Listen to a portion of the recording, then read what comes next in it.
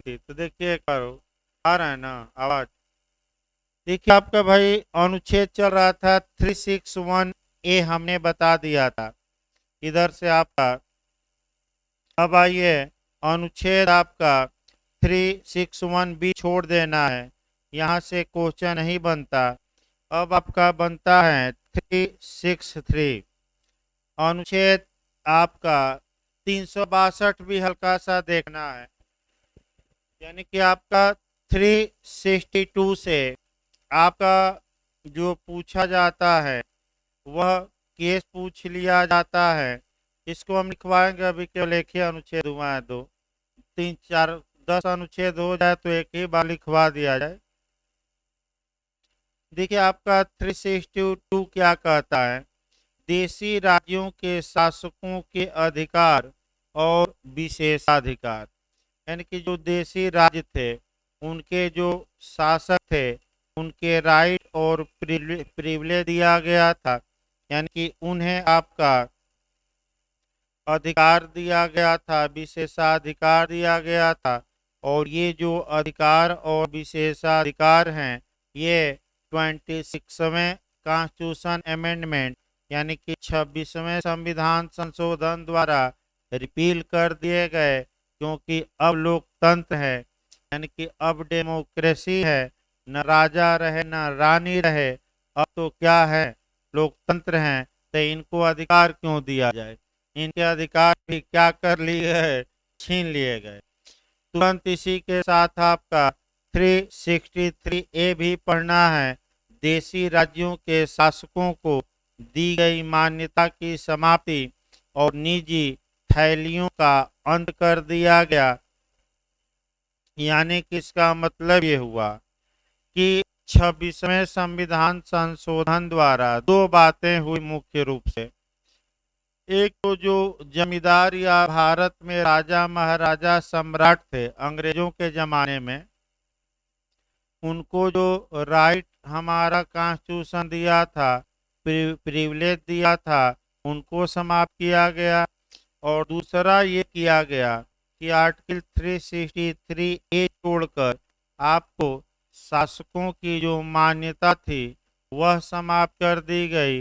और शासकों को जो थैली दी जाती थी, थैली यानी कि धन दिया जाता था केंद्र सरकार द्वारा, उस धन को समाप्त कर दिया गया।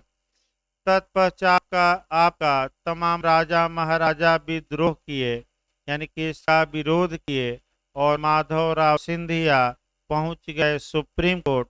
तो केस आपका आता है, एक केस जानना है यहाँ, Madhavrao Scindia versus union of India का केस जानना है।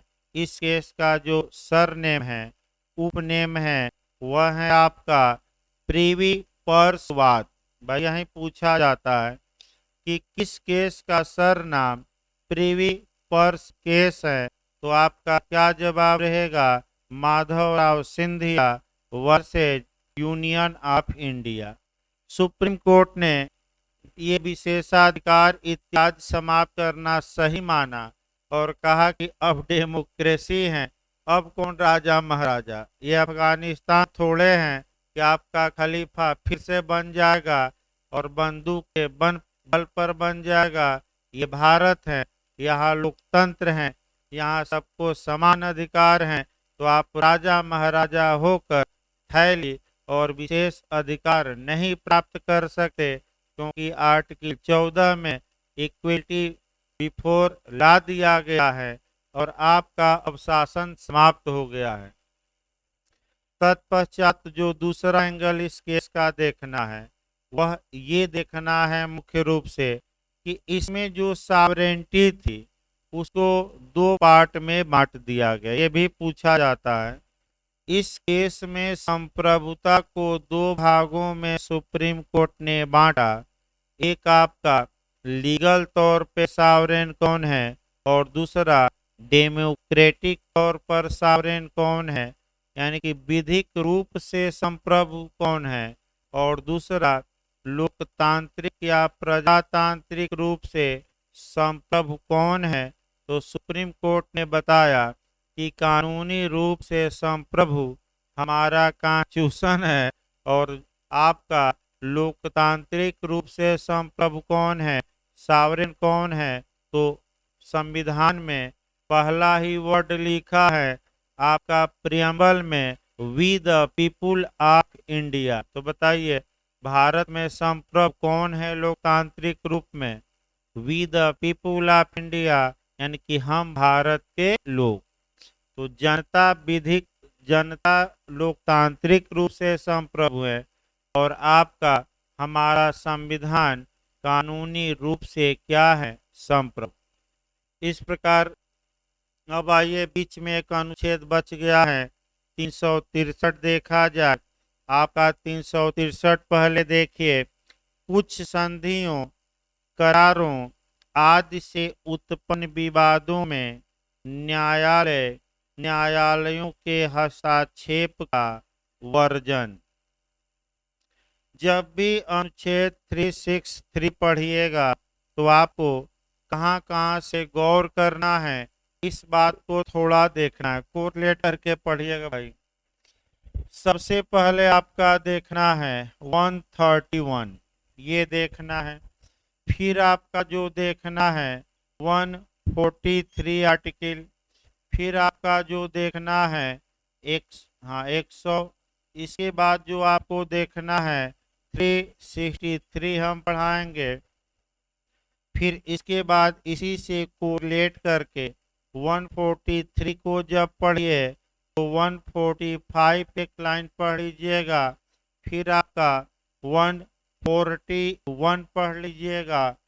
यानी कि कौन कौन से अनुच्छेद इसको पढ़ते समय ध्यान में रखना है, ये जरूर जानिए। देखिए सबसे पहले हम आपका 131, अभी 363 ना पढ़िए, 131 पढ़ेंगे और एक्स्ट्रा बातें तब 363 पर आएंगे। सार पढ़ा जाता है, बैरेक नहीं, मुख्य चीज है। अनुच्छेद 131 हमें ये बताता है कि उच्चतम न्यायालय की ओरिजिनल जुडिक्शन का मतलब प्रारंभिक अधिकारता, मूल अधिकारता या आरंभिक अधिकारता, जो भी कारण हो। ये जो क्वेश्चन है, ये आर्टिकल है, नेट में 3 बार लगातार रिपीट किया है, जो भी कारण हो। यानी कि नेट के एग्जाम में 3 बार रिपीट किया है कि ओरिजिनल जुडिक्शन सुप्रीम कोर्ट की किस आर्टिकल में दी गई है। तो क्या जवाब रहेगा 131। ओरिजिनल का मतलब ये हुआ कि आप सीधे आप सुप्रीम कोर्ट में जा सकते हैं। तो कौन सा विवाद है कि डायरेक्ट आप सुप्रीम कोर्ट में जा सकते हैं, वही विवाद देखना है।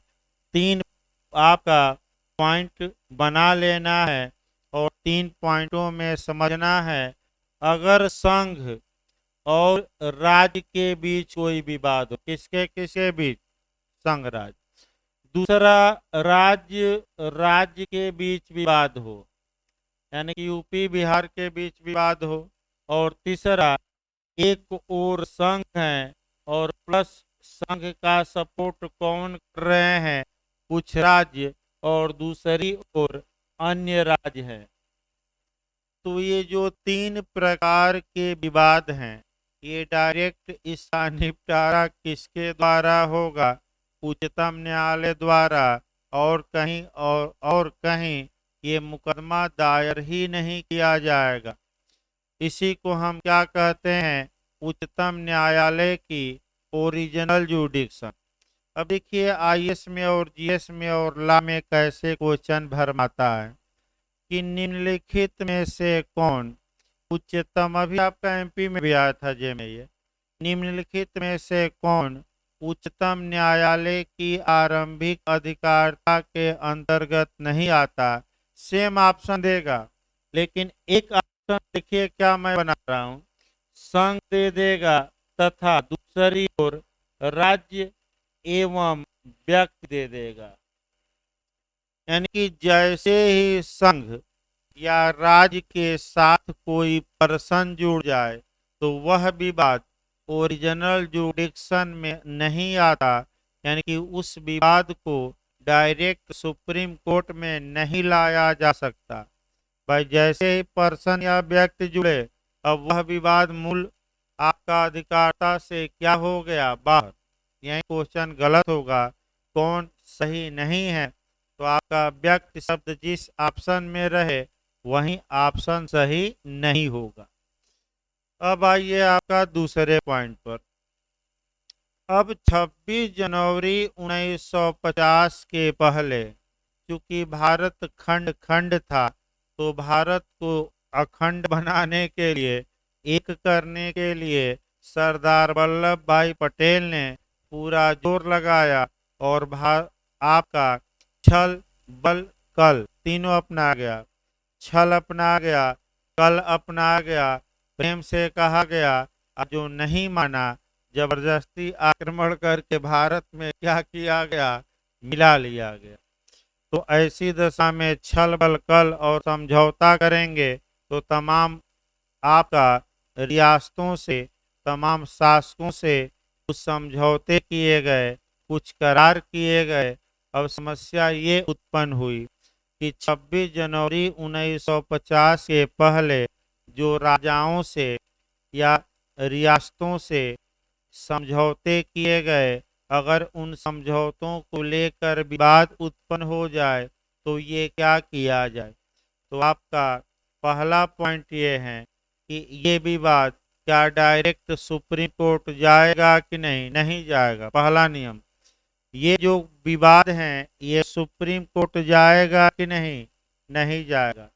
तो आखिर इस विवाद के बारे में उपाय क्या है, इस विवाद का समाधान कैसे किया जाए। तो हमारा कॉन्स्टिट्यूशन एक उपाय जरूर बताता है।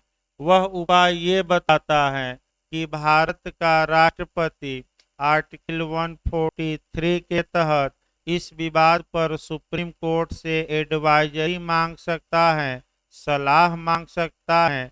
जैसे ही सुप्रीम कोर्ट से एडवाइजरी मांगी गई, आर्टिकल 145 बताता है कि कम से कम कितने जज मिलकर सलाह देंगे, 5 जज देंगे।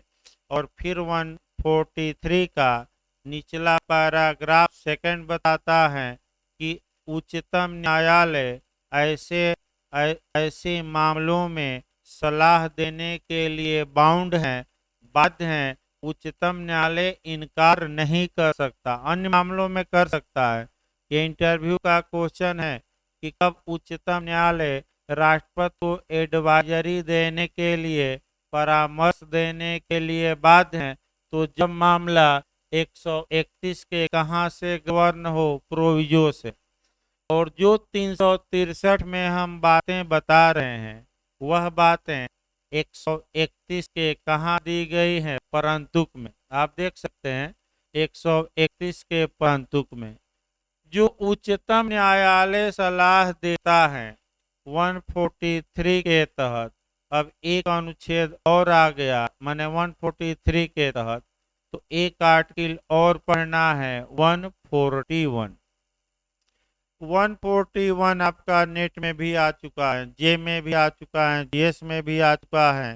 क्वेश्चन ऐसे बना है कि जुडिशियल प्रेसिडेंट का कॉन्स्टिट्यूशनल बेस क्या है, अर्थात इसका मतलब उच्चतम न्यायालय द्वारा दिए गए निर्णय भारत में सभी न्यायालयों पर बाध्यकारी होंगे। इसका बेस क्या है, आधार क्या है। तो कॉन्स्टिट्यूशनल बेस पूछे तो कौन सा आर्टिकल मारना है, 141। याद रखिए, जितने भी सुप्रीम कोर्ट निर्णय देगा जिसमें तथ्य या विधि के बारे में कोई नया न्यू प्रिंसिपल प्रतिपादित किया गया हो, उस निर्णय को भारत के जितने आपका प्राधिकारी हैं, अधीनस्थ जितने न्यायालय हैं, सभी उस निर्णय को मानने के लिए क्या है, बाध्य है। कौन सा आर्टिकल है ये, 141। अब एक लाइन लास्ट में ये जानना है कि जो ये सुप्रीम कोर्ट राष्ट्रपति को एडवाइजरी देगा 143 के तहत, क्या भारत का राष्ट्रपति इस एडवाइजरी को मानने के लिए बाउंड है कि नहीं? तो आपका जवाब रहेगा बाउंड नहीं है, बाध्य नहीं है। फिर आपका दूसरा क्वेश्चन, जो ओपिनियन या एडवाइजरी सुप्रीम कोर्ट देगा राष्ट्रपति को, क्या भारत के जो अन्य न्यायालय हैं, हाई कोर्ट और लोअर कोर्ट, क्या उस एडवाइजरी को मानने के लिए बाउंड है कि नहीं? क्या वह जुडिशियल प्रेसिडेंट या न्यायिक पूर्व निर्णय का काम करेगा कि नहीं करेगा? और ये केस के माध्यम से सुप्रीम कोर्ट ने बता दिया, यानी कि राष्ट्रपति भले बाध्य न हो उस सलाह से, लेकिन जो सभा न्यायालय हैं वह उस सलाह से क्या है, बाध्य हैं। याद रखिए, राष्ट्रपति नहीं है, लेकिन हाई कोर्ट और लोअर कोर्ट उस एडवाइजरी से क्या है, बाउंड है। तो इसी को बताया गया है कि जो 363 कहता है कि जो विवाद आपका अगर विवाद है और 131 के परंतु का है, यानी कि 26 जनवरी 1950 के पहले किसी राजा महाराजा इत्यादि के साथ क्या किया गया था, एग्रीमेंट, ट्रीटी, समझौता, तो उन समझौतों के बारे में क्या सुप्रीम कोर्ट में मुकदमा होगा कि नहीं? नहीं होगा। तो उपाय क्या है?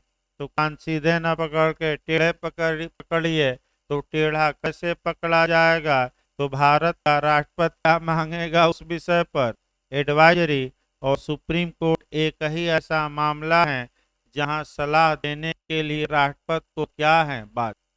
आप एक बार डायरेक्ट देखिए, आपका 143 में आपका पहला पैराग्राफ आपका लिखा गया है कि उच्चतम न्यायालय सलाह दे सकेगा, लेकिन जो मैं बता रहा हूं दे सकेगा नहीं, उच्चतम न्यायालय सलाह देगा।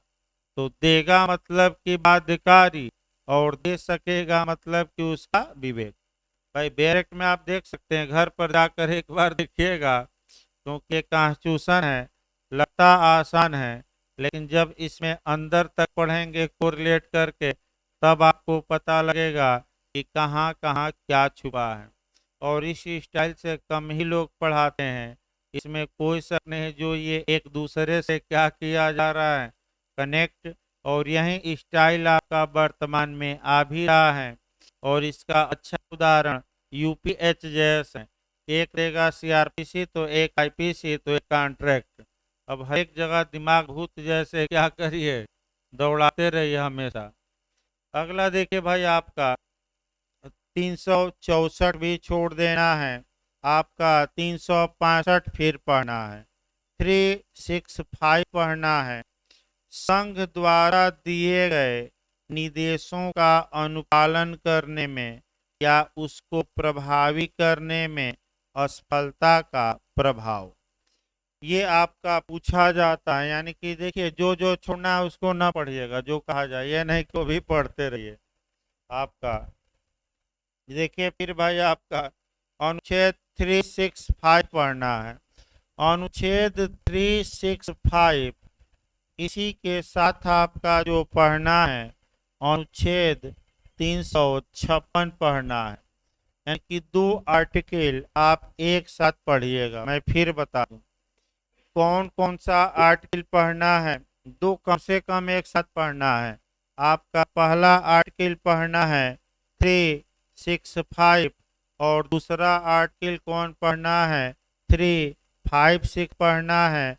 और निश्चित तौर पे यहाँ से क्वेश्चन बनते हैं, और बिहार में भी बना था 356 से। कैसा क्वेश्चन बना था प्री में, वो हम बताएंगे अभी।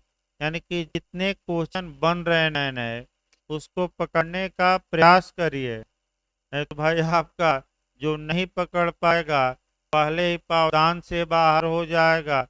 यानी कि अब प्री ही निकलना मुश्किल है, क्योंकि इतना तगड़ी फाइट हो चुकी है, और आपका मेरिट इतना हाई जा रही है कि आपको हर हाल में कुछ टेक्निकल बातें क्या करनी पड़ेंगी। चाहे कोई भी एग्जाम हो, आप आसानी से पास नहीं हो पाएंगे।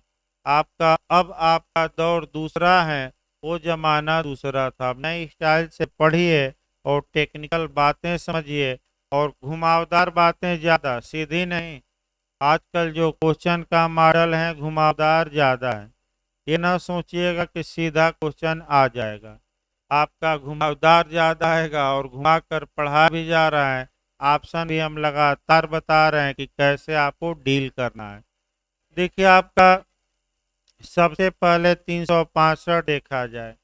यदि संघ ने यानी कि केंद्र सरकार ने राज्य सरकार को कोई डायरेक्शन दिया और राज्य सरकार उस डायरेक्शन का पालन नहीं कर रही है, तो ऐसी दशा में यह अनुमान लगाया जा सकेगा, यह प्रिज्यूम किया जाएगा कि उस राज्य में जो कॉन्स्टिट्यूशनल सिस्टम है, संवैधानिक तंत्र है, वह विफल हो गया है।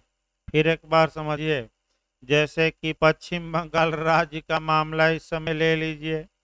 पश्चिम बंगाल राज्य में अगर केंद्र सरकार ने कोई निर्देश दिया कि ऐसा करिए और पश्चिम बंगाल की सरकार वैसा करने में असफल रहती है, विफल रहती है, तो केंद्र ये माना जा सकेगा कि पश्चिम बंगाल राज्य में जो कॉन्स्टिट्यूशनल सिस्टम है, संवैधानिक तंत्र है या संविधान के अनुसार जो शासन चलाया जाना चाहिए, वह क्या हो गया है, विफल। और जैसे ही विफल होगा, तुरंत आपका राष्ट्रपति शासन लगाया जाता है। तो यानी कि आपका ये पूछा जाता है कि 356 की पूर्ववर्ती शर्त कहाँ दी गई है, तो आपका क्या जवाब रहेगा, 365। फिर एक बार याद रखें, 356 में चूंकि राष्ट्रपति शासन लगाया जाता है किसी राज्य में, तो 356 की पूर्ववर्ती शर्त कंडीशन प्रेसिडेंट इस आर्टिकल में दी गई है, तो आप क्या बताएंगे, 365। फिर एक बार देखिए, अगर 365 के तहत ये डिसाइड हो गया कि कॉन्स्टिट्यूशनल सिस्टम किसी स्टेट में फेल्योर हो गया है, असफल हो गया, विफल हो गया, तो आपका संघ को अधिकार है कि वह आर्टिकल 356 का प्रयोग करे और उस राज्य में क्या लगा दे, राष्ट्रपति शासन। तो आइए, राष्ट्रपति शासन पर पूछा गया था कि राष्ट्रपति शासन कौन लगाता है, तो राष्ट्रपति ही तो लगाएगा। किसकी रिपोर्ट पर लगाता है, तो या तो राज्यपाल की रिपोर्ट पर, या अन्यथा राष्ट्रपति को ये बिलीव हो जाए, यानी कि राष्ट्रपति को ये विश्वास हो जाए। क्या विश्वास हो जाए कि किसी राज्य में संवैधानिक तंत्र क्या हो गया है, फेल। भाई, क्या विश्वास हो जाए। तो अब यही आपका समझना है और क्वेश्चन यहीं से 2-3 निकाल लेना है। किसी राज्य में राष्ट्रपति शासन कौन लगाता है, राष्ट्रपति। फिर दूसरा क्वेश्चन, किसके परामर्श पर लगाता है, तो मंत्री परिषद के परामर्श पर कि स्वविवेक पर, तो मंत्री परिषद के परामर्श। किसकी रिपोर्ट पर लगाता है, यही बिहार पूछा गया था। तो बताइए, राष्ट्रपति को कौन रिपोर्ट देता है, या तो पहला क्या लिखे हम, राज्यपाल। तो राज्यपाल की रिपोर्ट पर, अब इसी में 4 ऑप्शन दे देगा, राज्यपाल की रिपोर्ट पर, मुख्यमंत्री की रिपोर्ट पर, सुप्रीम कोर्ट की रिपोर्ट पर आपका, और तमाम ऑप्शन दे देगा। तो घबराना नहीं है, किसकी रिपोर्ट पर। अब दूसरा ऑप्शन नया देखिए, राज्यपाल की रिपोर्ट पर, दूसरा दे देगा अन्यथा, तीसरा दे देगा उपयुक्त दोनों, इनमें से कोई नहीं। तो भाई, या तो राज्यपाल की रिपोर्ट पर या अन्यथा। अन्यथा मतलब अदरवाइज, इसको थोड़ा समझना है भाई। देखिए, अन्यथा शब्द तमाम जगह आएगा और यूपी जे में भी पिछली बार पूछा गया था। अन्यथा पर निश्चित तौर पर एक क्वेश्चन बनता, उतना लंबा नहीं खींचा जाएगा, लेकिन अन्यथा शब्द को बताया जाए। अदरवाइज वर्ड क्यों रखा गया कॉन्स्टिट्यूशन में, उसका कारण खोजना है। यानी कि इसीलिए संविधान लंबा चलता है, क्योंकि तर्क वितर्क ज्यादा करना है। आपका बेयर एक्ट तो कुछ नहीं है, जो बेयर एक्ट की भाषा है उसी में तर्क वितर्क और जुरिस्प्रूडेंशियल बेस खोजना है। क्यों अदरवाइज शब्द रखा गया? इसलिए रखा गया कि हो सकता है कि मुख्यमंत्री और राज्यपाल साठ-गांठ कर ले, आपस में मिल जाए, आपस में संधि कर ले और मुख्यमंत्री संविधान के विपरीत कार्य करे और राज्यपाल राष्ट्रपति को रिपोर्ट ही न भेजे। ये भी हो सकता है। अतः इस बात से बचने के लिए कि राज्यपाल भले रिपोर्ट न भेजें, यदि राष्ट्रपति को किसी अन्य तरीके से अदर वे से यह पता लग जाता है कि इस राज्य का संवैधानिक तंत्र क्या हो गया है विफल, तो राष्ट्रपति शासन लगा सकता है। राज्यपाल की रिपोर्ट आवश्यक नहीं है। तो याद रखिए, राष्ट्रपति शासन किसकी रिपोर्ट पर लगाया जाता है? आपका राज्यपाल की। और अब दे देगा अन्यथा दोनों इनमें से कोई नहीं तो क्या मारेंगे? दोनों। क्योंकि अन्यथा भी शब्द है, वो भले बिहार ने क्या पूछा, केवल एक, राज्यपाल की रिपोर्ट। और कई लोग मार कर आ गए सुप्रीम कोर्ट की रिपोर्ट। भाई सुप्रीम कोर्ट मुख्यमंत्री नहीं, कई लोग गलत करके आए थे। यही छोटी छोटी बातें कंपटीशन में लोगों को बाहर कर रही हैं। अगला अनुच्छेद देखा जब भाई 365 हो गया, इसके बाद 366। जहां तक 366 की बात है, यहाँ से भी आपका वर्तमान में क्वेश्चन बन सकता है। कुछ डिफिनीशन दी गई हैं, कुछ 366 में कुछ परिभाषाएं दी गई हैं और वे परिभाषाओं में से कभी काल क्वेश्चन बन जा रहा है।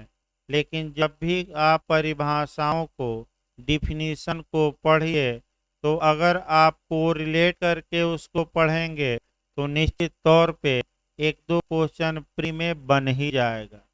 और बना भी था, आयोग इत्यादि बन जाते हैं और बिहार तो खूब बनाता है इधर से क्वेश्चन इस समय।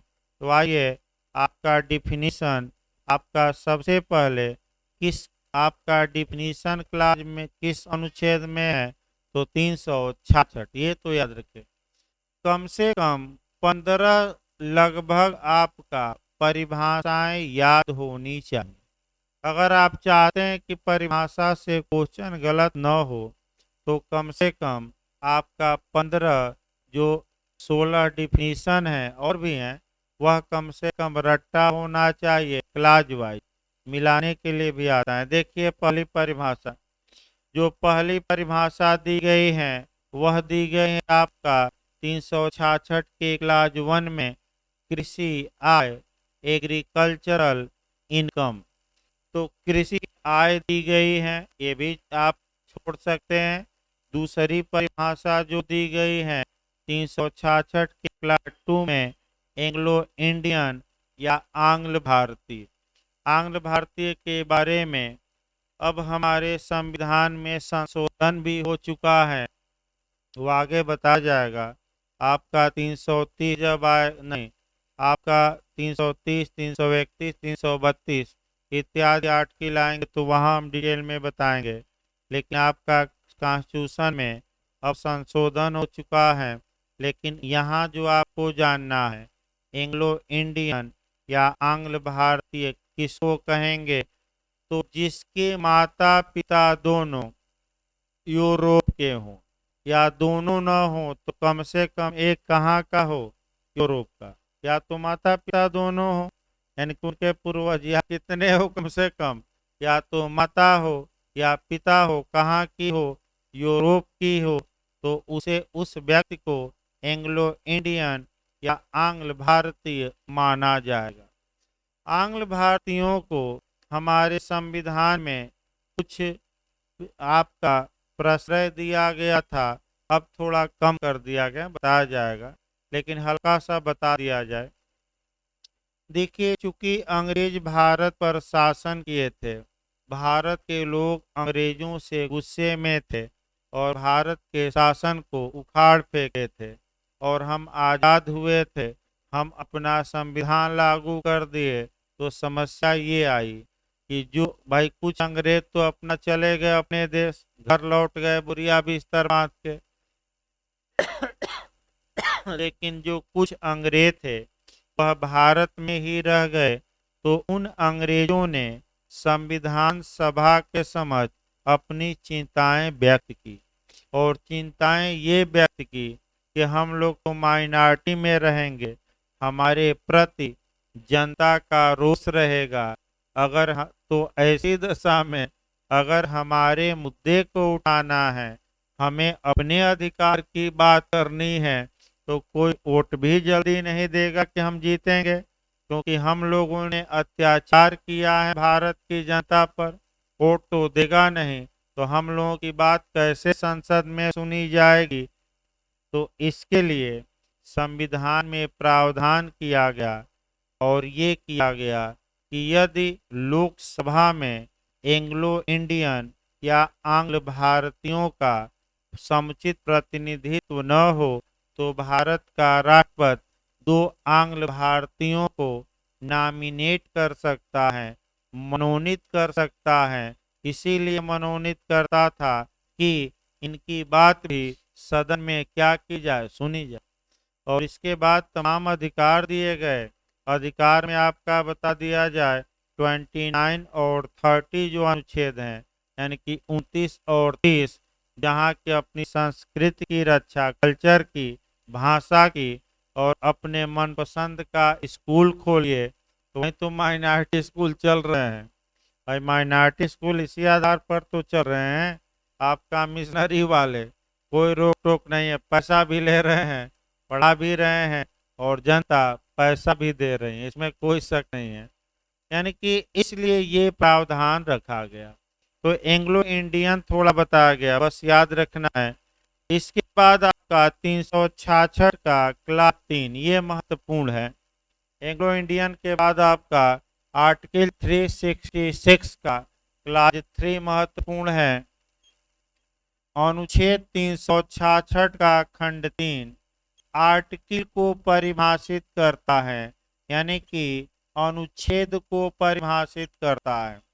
तुरंत इसको जब भी पढ़िए, आईपीसी की धारा 50 पढ़िए, 50 पढ़िए, जो सेक्शन या किसको परिभाषित करती है, आपका सेक्शन को या धारा को। अब दोनों एक साथ पढ़िएगा।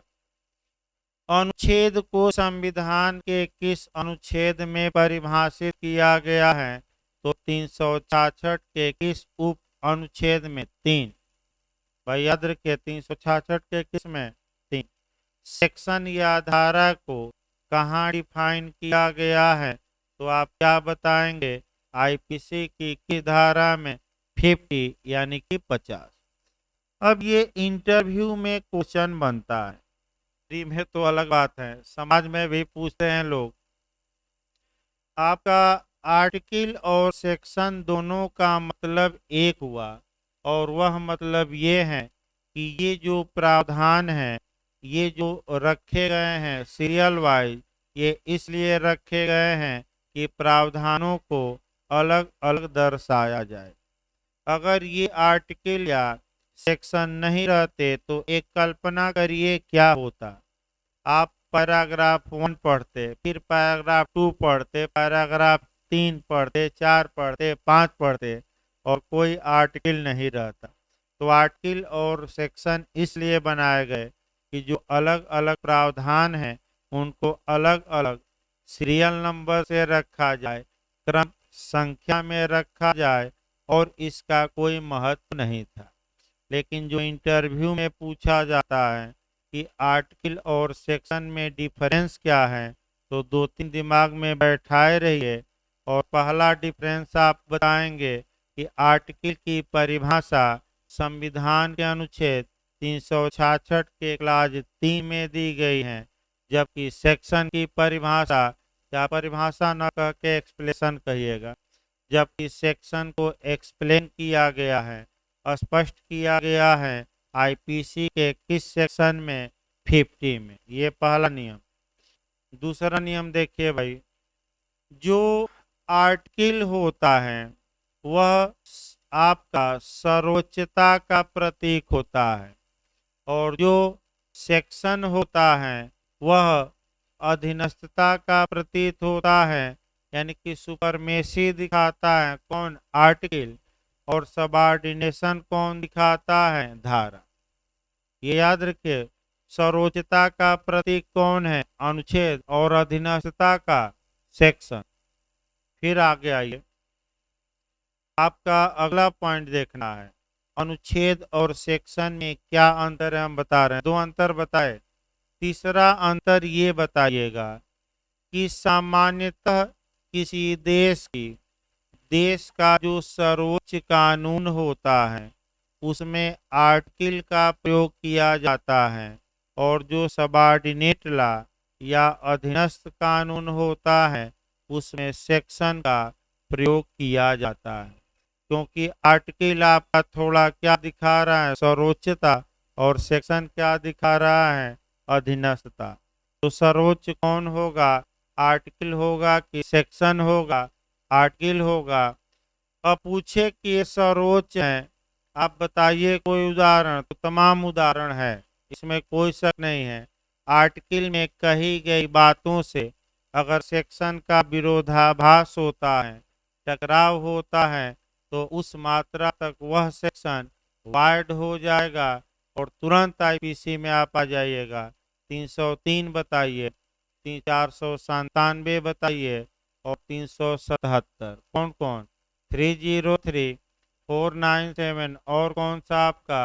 तो और आप बता सकते हैं कौन सा सेक्शन? 377। क्योंकि आपका ये बता सकते हैं कि सर्वोच्च आर्टिकल है, तो आर्टिकल का जो भी सेक्शन विरोधी होगा वह उस मात्रा तक क्या होगा? वाइड होगा। भाई अब न कह दीजिएगा पहला पहला शब्द हमें क्या देखना है? वाइड। तो वाइड मतलब क्या हुआ? बातिल। बातिल मतलब क्या हुआ? शून्य। शून्य मतलब उसका कोई मतलब, थोड़ा आप लास्ट में कोरिलेट करिए तो बातिल पर। मुस्लिम विधि के तहत विवाह या निकाह होते हैं। बिहार का एक क्वेश्चन है पिछली बार का। तो ये सही बात है कि शिया विधि के तहत केवल 2 काइंड्स होते हैं, लेकिन सुन्नी विधि के तहत 3 काइंड्स। अब समस्या ये आ गई कि भाई आपका आयोग ने तो ये कहीं क्वेश्चन में नहीं लिखा कि ये शिया में हम पूछ रहे हैं कि सुन्नी में, और दे दिया कि विवाह के प्रकार आपका। तो ऐसी दशा में क्या मारा जाए? लड़के भी असमंजस में आ गए, कोई 3 मारा, कोई 2 मारा, लेकिन जब आयोग सॉल्व निकाला तो 2 ही माना। अब उसके लिए क्या किया जाए भाई? क्योंकि आपका, लेकिन उसको लिखना चाहिए कि आपका शिया विधि के तहत पूछ रहा है कि सुन्नी विधि के तहत, तो 3 प्रकार बता दिया जाए। शिया विधि के तहत विवाह 2 प्रकार का होता है, एक सहीह और दूसरा बातिल। सहीह मतलब कि वैध, वैध का मतलब वैलिड, सभी शर्तें क्या की गई हैं? पूर्ण। और वायड का मतलब हुआ शून्य या बातिल। बातिल को हम क्या कहते हैं? शून्य, उसका कोई मतलब नहीं। लेकिन सुन्नी विधि के तहत ये तो 2 प्रकार होते ही हैं, बातिल और आपका सही। एक और प्रकार होता है फासिद। फासिद मतलब इरेगुलर। इरेगुलर मतलब कि अनियमित, यानी कि कुछ दोष हैं और जैसे ही उस फॉल्ट को दूर किया जाए, वह जो अनियमित विवाह है वैलिड विवाह में कन्वर्ट हो जाएगा। एक दोष दिखाया जाए, तो आइए दोष दिखाया जाए भाई आपका। एक मुस्लिम कुरान के अनुसार, मैंने सुन्ना के अनुसार, क्योंकि भाई सुन्नत है ये आपका विवाह, 4 विवाह सुन्ना है, कुरान नहीं है, आपका सुन्ना है। क्योंकि पैगंबर साहब ने भी 4 मैरिज किया था, इसलिए ये सुन्ना है, कुरान में नहीं है, यानी कि ट्रेडिशन है। एक एक पुरुष कितनी औरतों से विवाह कर सकता है? तमाम। लेकिन एक साथ कितनी विवाहित स्त्रियां उसकी हो सकती हैं? 4। अब मान लीजिए 4 विवाहित हैं, 5वीं से विवाह कर लिया, तो सिया विधि में 5वां विवाह, 4 विवाहित हैं, तो 5वां विवाह सिया विधि में बातिल होगा। बातिल हम क्या बता रहे हैं? लेकिन सुन्नी में बातिल नहीं होगा, अनियमित होगा, यानी कि कुछ कमी है। अगर वह कमी दूर हो जाए तो ये अनियमितता समाप्त और वह विवाह सही हो जाएगा, वैध हो जाएगा, तो मान लीजिए कि चार जो पहले से हैं उसमें से किसी एक को क्या कर दे भाई, क्या मारे ना, डाइवोर्स दे दे। यानी कि बस एक लाइन में कह दे, एक सेकंड में मैं तुम्हें ट्रिपल तलाक देता हूँ। भाई भारत में तो और तो देशों में तो कुछ है ही। मैं तुम्हें तालाक तालाक तालाक देता हूँ, जैसे ही वाक्य 3 बार बोला, ये पांचवा विवाह अपने आप क्या हो जाएगा, वैलिड। यही आपको समझना है। तो पांचवी स्त्री से विवाह सिया में शून्य होगा, और शून्य में अनियमित। अनियमित मतलब कुछ फॉल्ट हैं, लेकिन उस फॉल्ट को दूर कर दिया जाए तो वह विवाह क्या हो जाएगा, वैलिड। तो इस प्रकार आज बताया गया भाई, आपका कल और क्लास चलेगा, आपका कल और बताया जाएगा चीजें। धीरे धीरे समय बढ़ा जाएगा, क्योंकि अचानक समय नहीं बढ़ाया जा सकता। अभी आपका 3-4 दिन ही क्लास शुरू हुआ, तो एक हफ्ता कम से कम फ्लो बनाने में लगता है, लेकिन एक बार फ्लो बन जाएगा उसके बाद नॉन स्टॉप भाई चलता है क्लास। यानी कि उसके बाद थोड़ा